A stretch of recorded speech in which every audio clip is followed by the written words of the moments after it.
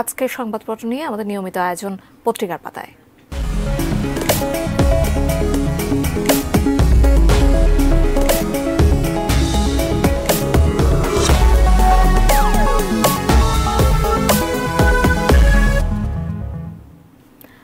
দর্শক, একদম শুরুতে আমার কাছে আছে প্রথম আলো পত্রিকাটি এবং গতকালকে যে সহিংসতা সারা দেশব্যাপী সে প্রসঙ্গে তারা শিরোনাম ছেপেছে। সারা দেশে ব্যাপক সংঘর্ষ, নিহত ৯৮। বিস্তারিত পরিচয় পাওয়া গেছে ৪৩ জনের। এর মধ্যে আওয়ামী লীগের ১৮ শিক্ষার্থী ৯ জন, সাংবাদিক ১ জন এবং বিএনপির ১ জন রয়েছেন।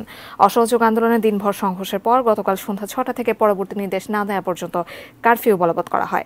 বিজিবির ৫৭ সদস্য আহত, সিরাজগঞ্জে ১৩, পুলিশ নিহত, কুমিল্লায় ১ জন নিহত এবং রাজধানী জুড়ে বিক্ষোভ, গুলি, সংঘাত। আরও শক্তি দেখাতে চায় আওয়ামী লীগ। সমকাল পত্রিকায় চলে যাচ্ছি, সেখানে গতকালকে বিভিন্ন ছবি দেয়া আছে সংঘাতে। সিলেটের বন্দরবাজার, চট্টগ্রাম নগরের ৩ পুলের মুখে, রাজধানীর মিরপুর ১০ নম্বরের ছবি আমরা দেখতে পাচ্ছি। নজিরবিহীন সংঘাতে নিহত ১০১ জন। অসহযোগ আন্দোলনে অগ্নিগর্ভ দেশ। নিহতদের মধ্যে ১৪ পুলিশ ও ১৯ আওয়ামী লীগ নেতাকর্মী। আহত ৩ সহস্রাধিক। অনির্দিষ্টকালের জন্য কারফিউ, ৩ দিনের সাধারণ ছুটি ঘোষণা করা হয়েছে। এছাড়া মন্ত্রী, এমপি, আওয়ামী লীগের নেতাদের বাড়ি ও কার্যালয়ে হামলা। সহিংসতার ২০ দিনে নিহত ৩১৬। কালের কণ্ঠে চলে যাচ্ছি, সেখানে ২০ জেলায় ১৪ পুলিশ সহ নিহত ৯৭। অসহযোগ কর্মসূচির প্রথম দিন বিভিন্ন স্থানে হামলা, সংঘর্ষ, ভাঙচুর, আগুন, গুলি এবং আজ লং মার্চ টু ঢাকা কর্মসূচি আন্দোলনকারীদের। নৈরাজ্যবাদীদের কঠোর হাতে দমনের আহ্বান জানিয়েছেন প্রধানমন্ত্রী। নিরাপত্তা বিষয়ক জাতীয় কমিটির বৈঠকে তিনি এই আহ্বান জানিয়েছেন।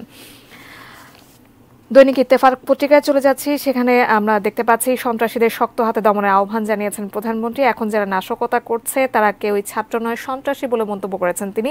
এছাড়া পাশাপাশি দেশ জুড়ে সংঘর্ষ, নিহত ৯১। বিভিন্ন ছবিও দেওয়া হয়েছে। গুলিবিদ্ধ হয়ে মারা গেছে বন্ধু। ঢাকা মেডিকেল কলেজে লাশ নিয়ে তার শোক মিছিল করেছেন শিক্ষার্থীরা। এরকম বেশ কয়েকটি ছবিও তারা দিয়েছে।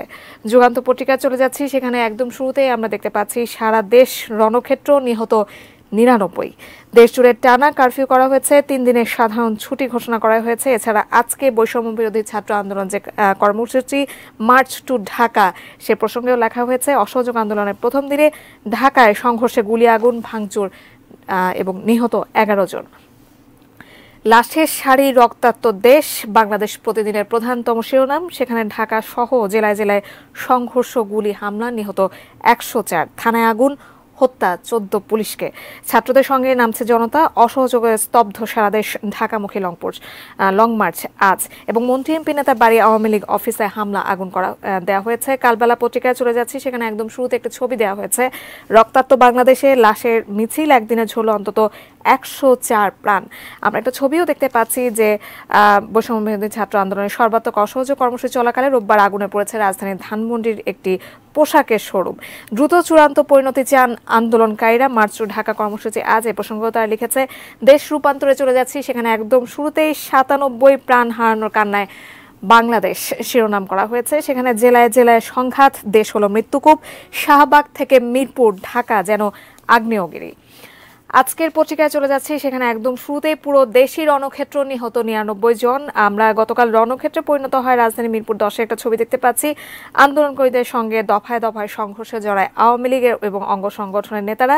পিছু হটবেই না সরকার, এনে তারা শিরোনাম করেছে। এবং আবার বন্ধ মোবাইল, ইন্টারনেট। বণিক বার্তায় চলে যাচ্ছি, সেখানে ভয়ঙ্কর সারা দেশ, নিহত শতাধিক, এই শিরোনামে তারা তাদের শিরোনাম করেছে। এবং পাশাপাশি বিভিন্ন জেলায় যে নিহতের সংখ্যা তাও তারা ছেপেছে। একটু নিচেই দেখতে পাচ্ছি পুলিশ সদর দপ্তরের দাবি, থানা ও পুলিশ ফাঁড়িতে হামলা, ১৪ পুলিশ সদস্য নিহত। দ্য ডেইলি স্টারে চলে যাচ্ছি, সেখানে একদম শুরুতেই তারা শিরোনাম করেছে at least 93 dead as violence grips the country. এছাড়া houses of 2 ministers, 9 MPs come under attack. The Business Standard পত্রিকায় একদম শেষের পত্রিকাটি আমাদের কাছে আছে। সেখানে PM calls upon the people to deal with anarchists with an iron first. এবং পাশাপাশি একটা ছবি প্রকাশ করা হয়েছে আন্দোলনকারীদের, সেখানে ডেডলিয়েস্ট ডে, অ্যাটলিস্ট 94 কিল্ড।